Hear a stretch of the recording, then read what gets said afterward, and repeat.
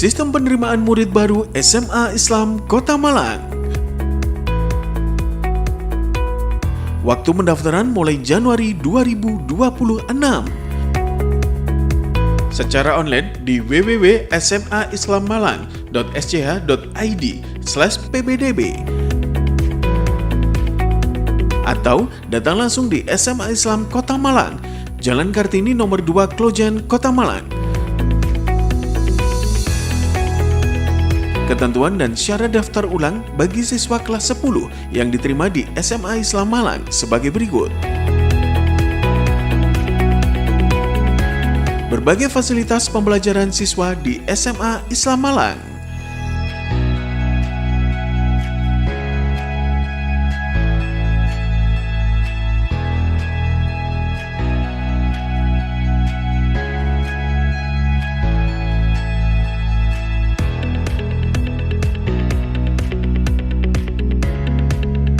Ekstrakurikuler.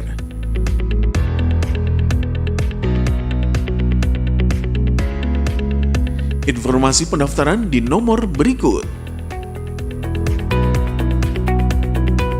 Assalamualaikum warahmatullahi wabarakatuh. Alhamdulillahirabbil alamin. Wassalatu wassalamu ala asrafil anbiya wal mursalin sayyidina wa habibina wa syafi'ina wa qurrati a'yunina Muhammadin wa ala alihi wa ashabihi ajma'in. Pemirsa yang dimuliakan oleh Allah Subhanahu wa taala, alhamdulillah, puji syukur kehadirat Allah atas limpahan nikmat-Nya sehingga di kesempatan hari ini kita masih bisa merasakan nikmat dan kemuliaan bulan Ramadan. Semoga Allah Subhanahu wa taala menerima seluruh rangkaian ibadah kita di bulan Ramadan ini. Tidak lupa salawat dan salam semoga terlimpah kepada Nabiuna Muhammad sallallahu alaihi wasallam, kepada keluarga dan juga para sahabatnya.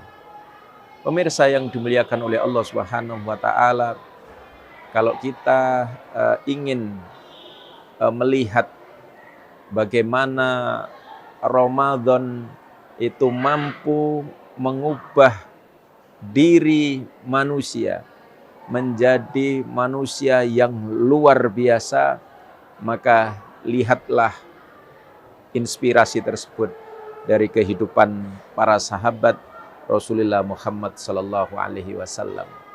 Bagi mereka Ramadan bukan sekedar bulan ibadah, tapi bagi mereka adalah bulan pembentukan diri dan jiwa. Kisah inspiratif yang pertama bisa kita lihat dari pribadi Abdullah bin Umar radhiyallahu anhuma.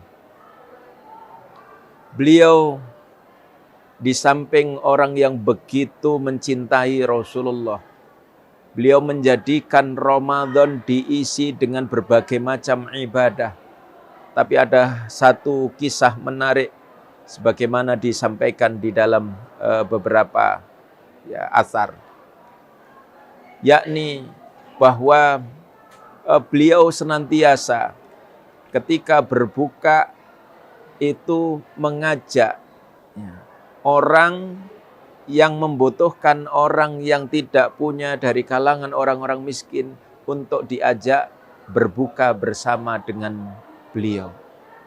Ketika beliau waktu berbuka tidak mendapatkan orang yang bisa diajak berbuka bersama, begitu sedih karena di hari itu beliau merasa tidak bisa berbagi. Perhatikan pemirsa yang dimuliakan oleh Allah Subhanahu wa taala. Tidak hanya beribadah, tetapi juga bersedekah. Yang sedekahnya itu tidak hanya sekali, tetapi beliau lakukan tiap hari. Mungkin di antara kita ada orang yang menunggu waktu buka di hadapan makanan yang lezat, di hadapan makanan yang begitu banyak melimpah. tetapi di antara saudara-saudara kita mungkin ada mereka yang tidak bisa berbuka, mungkin ada mereka yang hanya untuk seteguk air mereka tidak punya. Oleh karenanya kepedulian kita bil khusus di bulan Ramadan ini harus kita jadikan momentum kita untuk bisa berbagi. Pemirsa yang dimuliakan oleh Allah Subhanahu wa taala. Kisah inspiratif yang kedua dari Sayyidina Utsman ibnu Affan. Beliau adalah di antara sahabat yang punya, yang juga dermawan. Tapi di antara kedermawanan itu, beliau tidak mencukupkan ibadah hanya dengan sedekah.